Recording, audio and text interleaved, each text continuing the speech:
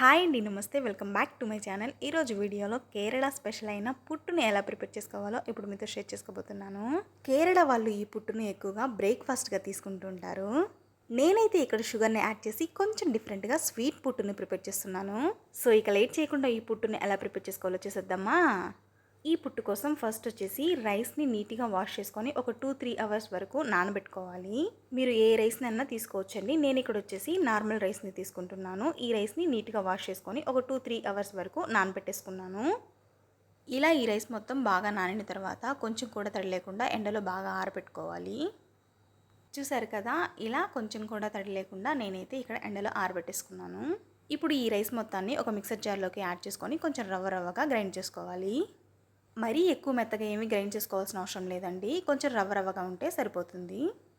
ఇలా గ్రైండ్ చేసుకున్నటువంటి ఈ బియ్య పిండి మొత్తాన్ని ఒక జల్లెల్లోకి యాడ్ చేసుకొని కొంచెం మెత్తగా జల్లించుకోవాలి. ఈ బియ్య పిండి మరీ స్మూత్గా ఉండాల్సిన అవసరం లేదండి, కొంచెం బరకగా ఉన్నా సరిపోతుంది. నాకైతే ఇక్కడ జల్లించుకున్న తర్వాత ఈ బియ్య పిండి ఇంకొంచెం రవ్వలాగా అనిపించింది. దీన్ని మరోసారి గ్రైండ్ చేసుకొని జల్లించుకుంటున్నాను. మీరు ఇక్కడ చూసినట్లయితే ఈ బియ్య పిండిని మరీ ఎక్కువ మెత్తగా జల్లించుకోవద్దు, కొంచెం బరకగా జల్లించుకోండి. నేనైతే ఇక్కడ 1 గ్లాస్ రైస్ని తీసుకున్నానండి. సో 1 గ్లాస్ రైస్కి ఇక్కడ 2 గ్లాస్ దాకా బియ్య పిండి అయితే వచ్చింది. ఇలా జల్లించుకున్నటువంటి ఈ బియ్య పిండి మొత్తాన్ని కొంచెం సేపు అయితే పక్కన పెట్టేసుకుందాం. నెక్స్ట్ వచ్చేసి ఇలా జల్లించుకున్నటువంటి ఈ బియ్య పిండిలో కొంచెంగా వాటర్ని యాడ్ చేసుకుంటూ కలుపుకోవాలి.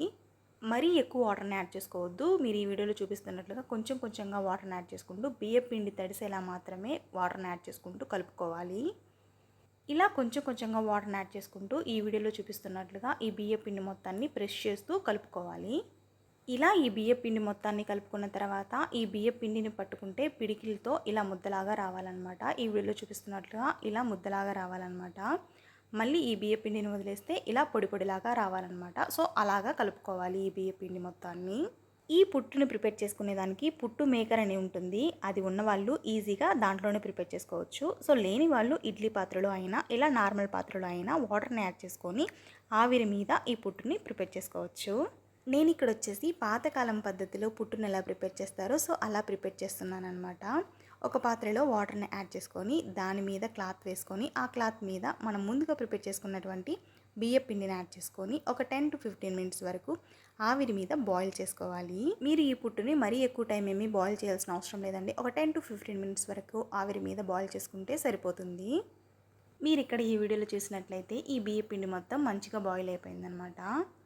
చూసారు కదా, ఇలా మంచిగా బాయిల్ అయినటువంటి ఈ బియ్య పిండి మొత్తాన్ని ఒక బౌల్లోకి తీసుకుందాం. సో కేరళ వాళ్ళైతే ఇలానే పుట్టుని ప్రిపేర్ చేసుకునే దానికన్నా ముందే కొంచెం సాల్ట్ని యాడ్ చేసుకొని ఈ పుట్టులో ఏదో ఒక మసాలా కర్రీని సైడ్ డిష్గా చేసుకొని బ్రేక్ఫాస్ట్గా తినేస్తారు. సో నేను ఇక్కడ వచ్చేసి ఇలా ప్రిపేర్ చేసుకున్నటువంటి ఈ పుట్టులో కొంచెం తురిమిన కొబ్బరి అండ్ అలాగే స్వీట్నెస్కి తగినంత షుగర్ని యాడ్ చేసుకుంటున్నాను. ఈ పుట్టు బాగా హెల్తీ డిషే, ఎందుకంటే మనం ఏ ఆయిల్ అనేది యూజ్ చేయట్లేదు, ఓన్లీ ఆవిరి మీదే ఉడికిస్తున్నాం కాబట్టి. మీకు ఇంకా హెల్తీగా కావాలనుకుంటే షుగర్ ప్లేస్లో బెల్లాన్నైనా యూస్ చేసుకోవచ్చు. మీరు ఈ పుట్టుని పిల్లలకి చేసి పెట్టాలనుకుంటే షుగర్ ప్లేస్లో బెల్లాన్ని యూస్ చేసుకోండి. నేను ఇలా ప్రిపేర్ చేసుకున్నటువంటి ఈ పుట్టులో కొంచెం కొబ్బరి పొడి అండ్ అలాగే నా స్వీట్నెస్కి తగినంత షుగర్ని యాడ్ చేసుకొని మిక్స్ చేసుకుంటున్నాను.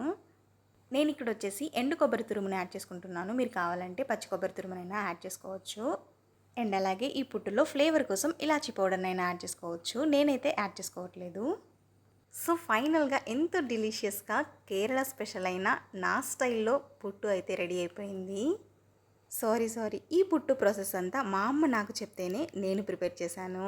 నేను ప్రిపేర్ చేసిన ప్రాసెస్ అంతా మా అమ్మే చెప్పింది కాబట్టి క్రెడిట్ అంతా మా అమ్మకే. ఫైనల్గా ఈ పుట్టు మాత్రం చాలా టేస్టీగా వచ్చింది. నాకైతే ఈ పుట్టు అంటే చాలా ఇష్టం. సో నేనైతే 2 డేస్ దాకా దాచుకొని మరీ తిన్నాను. మీలో ఎంతమందికి ఈ పుట్టు అంటే ఇష్టం? మీరు కూడా ఖచ్చితంగా ఈ పుట్టును ఒకసారి మీ పిల్లలకి ప్రిపేర్ చేసి పెట్టండి. అయితే షుగర్కి బదులుగా బెల్లాన్ని యూజ్ చేయండి. They definitely love it.